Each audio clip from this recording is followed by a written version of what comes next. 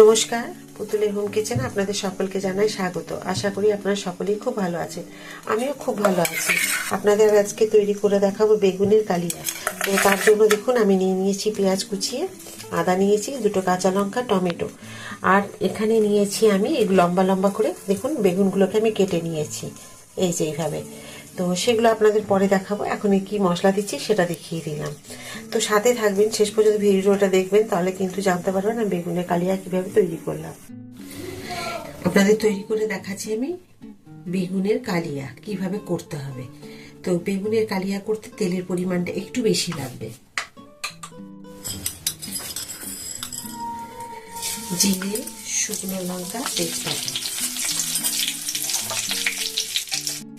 দেখুন পাতলা পাতলা করে কেটে রেখেছি পেঁয়াজগুলো, এখন তেলে দিয়ে দেবো।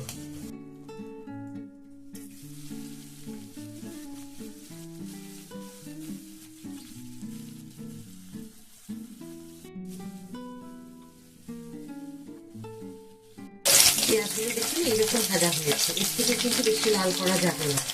এখন দিয়ে দেবো আমি এইভাবে কেটে রেখেছি বেগুনগুলো, এগুলো দিয়ে দেবো।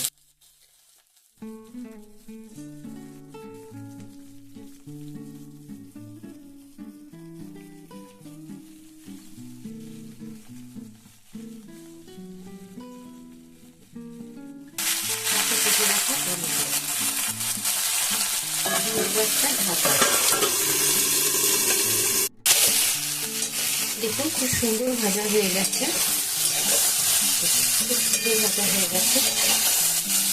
এখন আমি 3টে কাঁচা লঙ্কা কেটে রেখেছি, দেখুন এগুলো দিয়ে দেবো।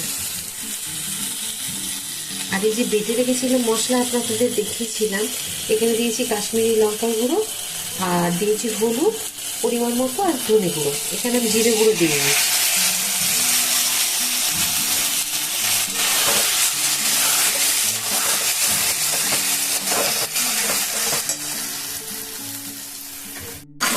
এখন আমি বেগুনের এই কালিয়া যেটা আমি করছি, এটাকে এখন এই বাটিটায় আমি ঢেলে দেবো। কড়াই ধুয়ে পরিষ্কার করে আবার আমি তেল দিয়ে দিচ্ছি একটুখানি। তেল গরম হয়ে গেছে, এখন দিয়ে দেবো আমি 1 চামচ বেসন। এই যে দেখুন 1 চামচ বেসন দিয়ে দিলাম। হালকা ব্রাউন কালার করে ভেজে নিলাম। এবার দিয়ে দেবো দেখুন এই বেগুন ভাজা রেখেছিলাম মশলা দিয়ে কষিয়ে।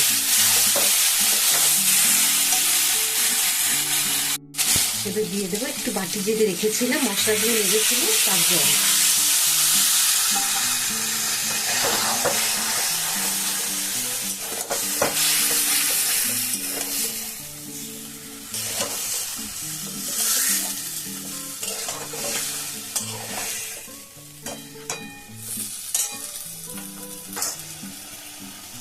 দিয়ে দেবো ধনে পাতা।